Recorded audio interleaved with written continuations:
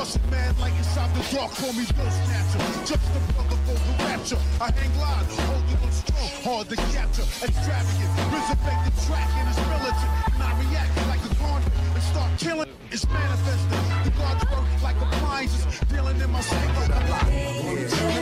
Yo, what's going on, everybody? It's your boy Naruto Explain here, bringing you guys another discussion for Boruto Naruto Next Generations, the manga, in particular Chapter 69. And today's discussion is a topic requested of me from one of my patrons, which is to go over Naruto versus Code, the narrative implications of this fight, and how the framework for this battle has been laid out, and finally give my thoughts on who will win the battle and the impact of the battle itself. So jumping right into it, I do think there is some room for discussion here, mostly because we are in a situation where the battle has been set up and it's been teased for an entire volume, and everybody was trolled by what happened initially. Naruto was all hyped up, powered up into Sage mode. He had two clones gathering nature energy for backup, and then when he pulled up to the battlefield, Naruto got the biggest mental nerf in the franchise since Edo Tensei Minato realized the masked man was actually Obito. Just like how Minato went from being an absolute monster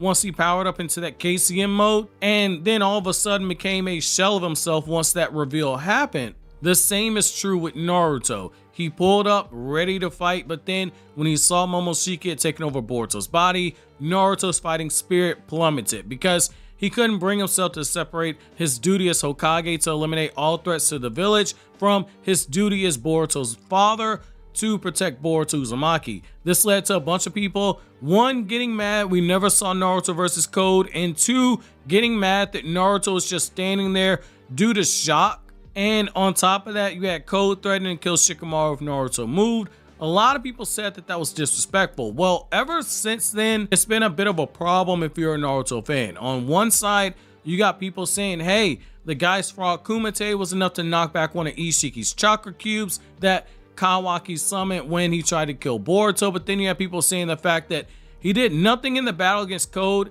and in the Kawaki fight afterwards is a sign that Naruto is now fodder. He's now the Konoha of Kages, according to some people. Not my words, but those are the words of some people. Well, since then, things have changed. Naruto no longer has the crippling mental nerve that plagued him at the thought of having to fight his son, and then the even bigger mental nerve that broke him when he broke down his Sage mode down to all the clones vanishing, because Sage mode senses the life force and he sensed Boruto dying, which left Naruto so in shock that he wasn't able to move. He was crying while he held Boruto's body. Well, right now, Code has a model slammed up against the wall, and he has his body transformed into the Ninja Tech appendage that we've seen Kawaki and Delta use before. He's demanding that Amato take off his limiters, and the question we have to ask is, does Amato give in to the torture first, or does Ada accept the offer to join Konoha first, or does she turn it down? Which, as you guys know, I don't believe that she's going to accept the offer. Now, that brings us to the fight itself, and the setup is there should Masashi Kishimoto choose to utilize it. Currently, as Naruto makes his way to the battlefield,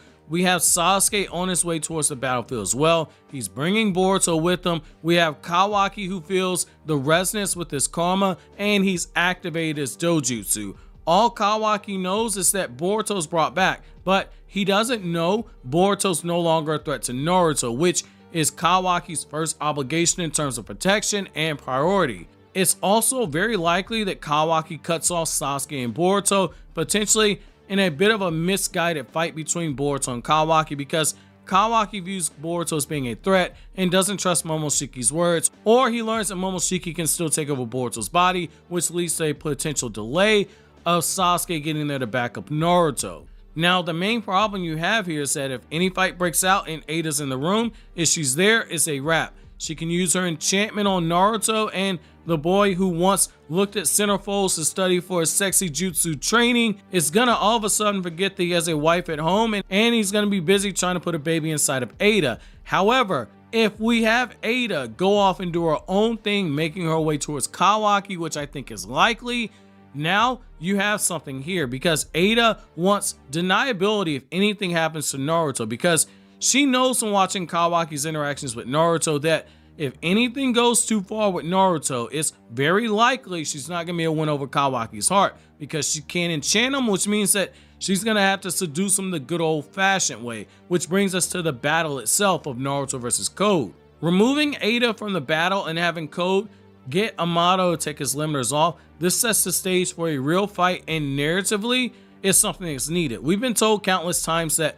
when Code gets his limiters removed, his power level is going to shoot up well beyond Jigen's. However, as I've always made a point to remind and a note that we have more than one version of Jigen. We have Jigen who hasn't been juiced up on Jubi Chakra, and we have Jigen who is juiced up on Jubi Chakra. And that Jigen is the one who bodied 6-pass Chakra Mode Naruto and bodied Sasuke at the same time and was playing around while he did so, even though Jigen's body was cracking from the inside out.